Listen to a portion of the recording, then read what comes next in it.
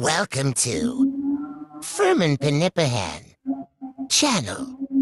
Halo, assalamualaikum warahmatullahi wabarakatuh. Bertemu lagi dengan saya, Firman Panipahan. Di kesempatan ini saya review atau lihat kembali apa ini pendapat Rocky Gerung ya tentang apa yang terjadi di BEM UI yang dibukukan itu. Mari kita simak saja langsung ya. BEM Visip Unair Universitas Airlangga dibubarkan karena memasang potret yang bersifat mengolok-olok presiden terpilih dan wakil presiden terpilih. Sementara kakak-kakaknya, senior-senior mereka jauh puluhan tahun yang lalu yang melakukan hal yang bahkan lebih dramatis terhadap kekuasaan, sekarang ketawa-ketawa di gelang dan foto-foto dengan baju loreng. Oke, itu statement pertama Rocky Gerung bahwa hari ini itu ya BEM UI yang dibukukan itu UNER yang dibukukan itu BEM Visip UNER yang dibukukan itu adalah hal yang dramatis satu. Tapi yang lebih dramatis lagi, senior mereka yang sekarang tertawa di Magelang katanya memakai baju loreng. Jadi kabinet sekarang itu ada pelatihan kabinet ya oleh Prabowo Subianto memakai baju loreng. Satirnya sangat dalam ya. Kita dengarkan lagi apa. Kita lihat bagaimana kontras peradaban itu. Tentu para mahasiswa yang ada di Unair tidak pernah tahu apa peristiwa 98 macam-macam 65. Tapi mereka mengikuti semacam naluri bahwa kekuasaan itu harus dikritik. Oke. Ya betul, kalau Rocky Gerung mengatakan mahasiswa UNER, mahasiswa hari ini ya, itu memang mereka adalah kelahiran tahun 2000 semua, rata-rata 2021, 2021, 2001, 2002 ya, semester 3, semester 7-nya, semester 12 juga masih di atas 2000 gitu. Jadi nggak mungkin mereka merasakan bagaimana perjuangan 98, tapi hanya sebagai literatur saja ya. Jadi sebetulnya ada semacam epistem di dalam benak mereka bahwa semua hal yang berbau kekuasaan itu adalah sasaran kritik. Diuraikan melalui apa? Melalui tulisan, melalui demonstrasi, melalui satire, melalui olok-olok, poster segala macam.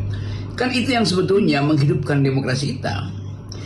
Yes, saya sepakat bahwa menghidupkan demokrasi itu adalah dengan cara dialektika.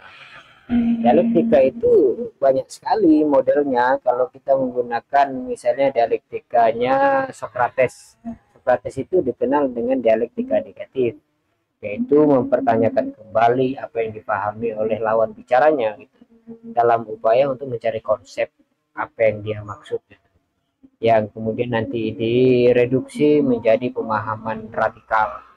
Misalkan antara Socrates dengan seniman, dia bertanya apa yang disebut dengan indah.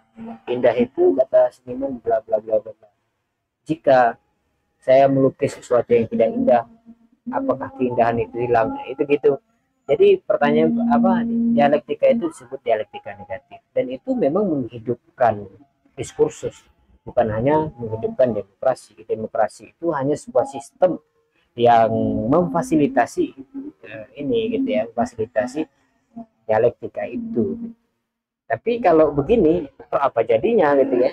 BEM Visip baru mengkritik saja dengan pamflet gitu, pamflet sederhana yang karangan bunga kepada presiden dan wakil presiden terpilih. Itu kok bukan, itu kan aneh. Berarti demokrasi kita sedang tidak baik-baik saja. Kita lanjut. Sementara mereka yang berupaya bertahun-tahun untuk seolah-olah kritis pada kekuasaan, akhirnya tiba di Akademi Militer untuk diseragamkan, bahkan bahasa tubuhnya diseragamkan, pikirannya diseragamkan. Jadi kita lihat itu sebagai paradoks dari aktivisme itu. Nah, kemungkinan bahwa sebetulnya masyarakat sipil termasuk di dalamnya universitas akan melanjutkan kritik itu sudah jadi takdir historis kita tuh. Oke, takdir historis itu menarik istilah itu. Tapi tadi apa yang disebut dengan kontras oleh Rocky Gerung itu memang betul gitu.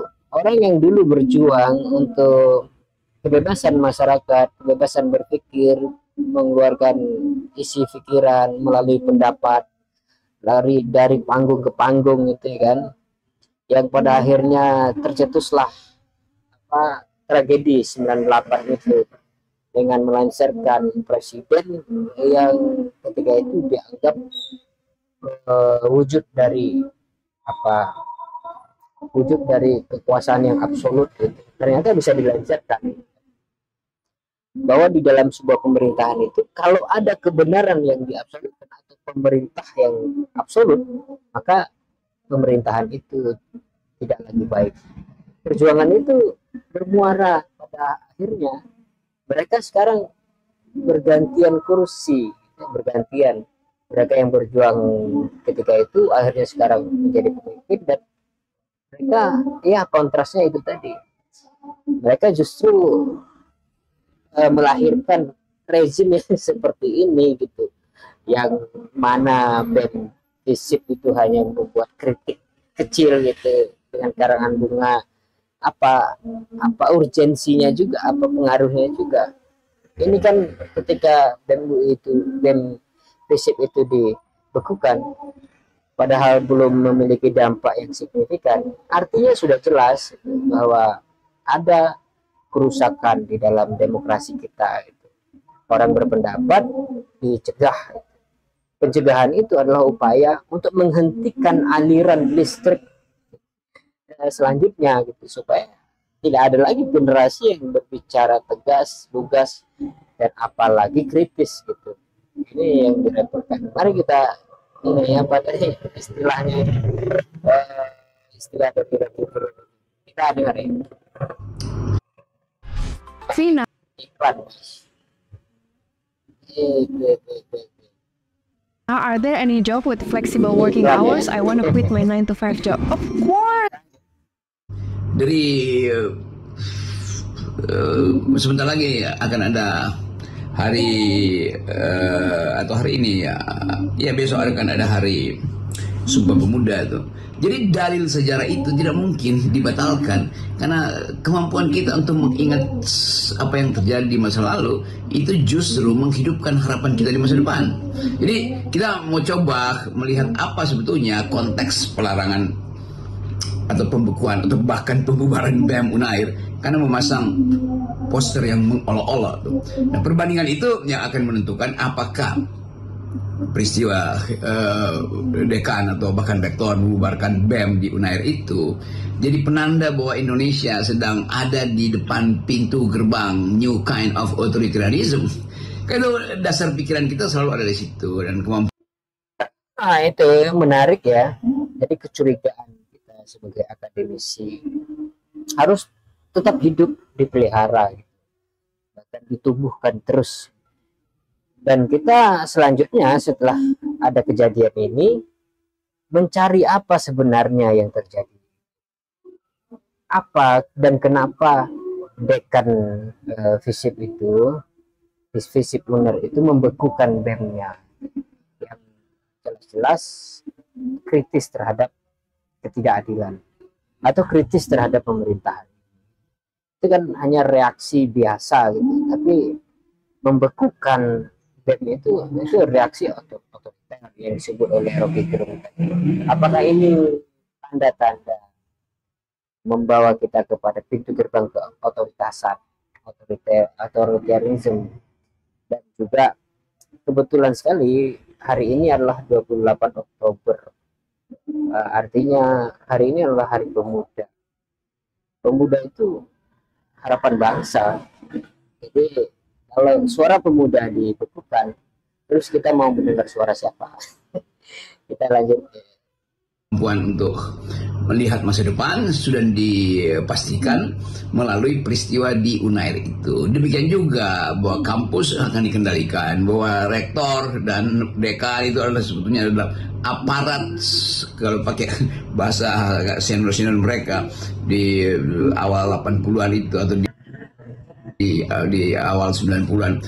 Rektor memakai aparatus ideologi negara tuh, apa namanya, state ideological apparatus, yang mereka kutip-kutip dari seorang Marxis Itali, Antonio Gramsci, di dalam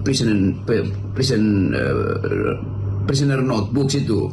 Jadi semua hal yang ada di kita hari-hari ini itu menunjukkan paradoks bahwa demokrasi akhirnya batal karena konsistensi dari mereka yang berjuang untuk demokrasi lumpuh hanya karena keinginan-keinginan material, pragmatisme atau jabatan. Kira-kira itu.